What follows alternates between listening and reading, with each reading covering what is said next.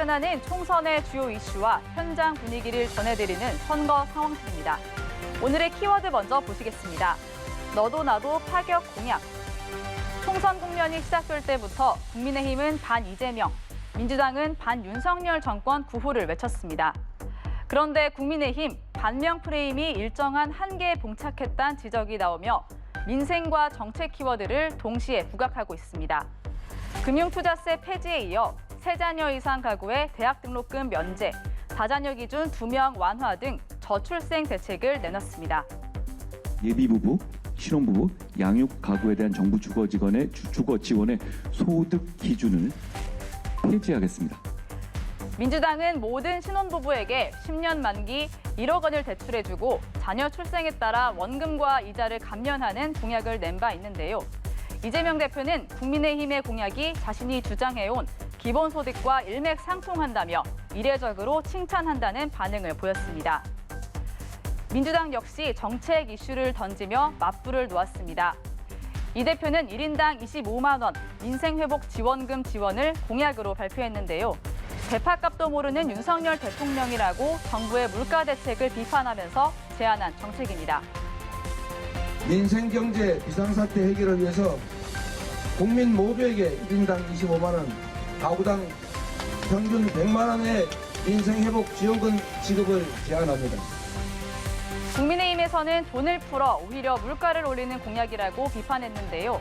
4년 전 총선을 앞두고 문재인 정부와 민주당이 코로나를 명목으로 전국민 재난지원금을 지급했던 점을 꼬집기도 했습니다.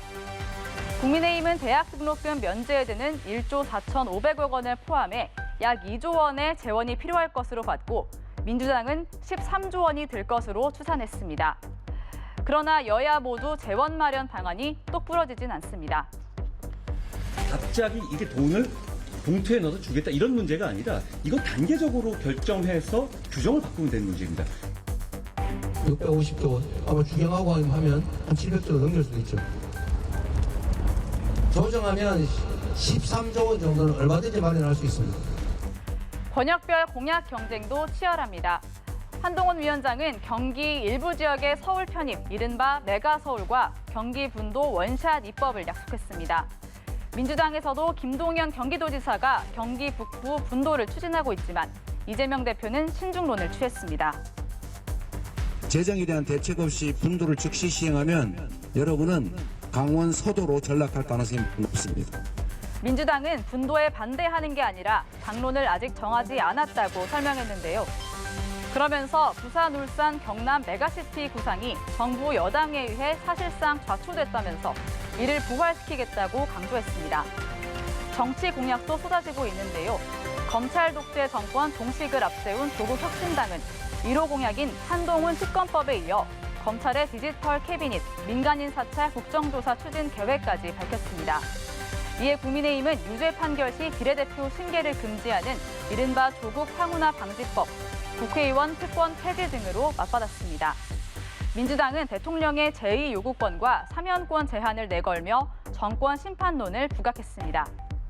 제3지대의 새로운 미래는 오픈 프라이머리 도입, 국회의원 환승 금지법 등을 공약했고 개혁신당은 지난 1월 발표했던 지하철 노인 무임승차 폐지 등으로 차별화 전략을 꾀했습니다. 여야는 철도 지하화처럼 재원 마련 대책이 불분명하다는 평가를 받는 선심성 공약도 경쟁적으로 내놓고 있습니다. 또 총선용 포퓰리즘이라는 지적이 나올 수밖에 없는데요. 유권자들의 꼼꼼한 선택이 필요해 보입니다. 지금까지 선거 상황실 정주희였습니다.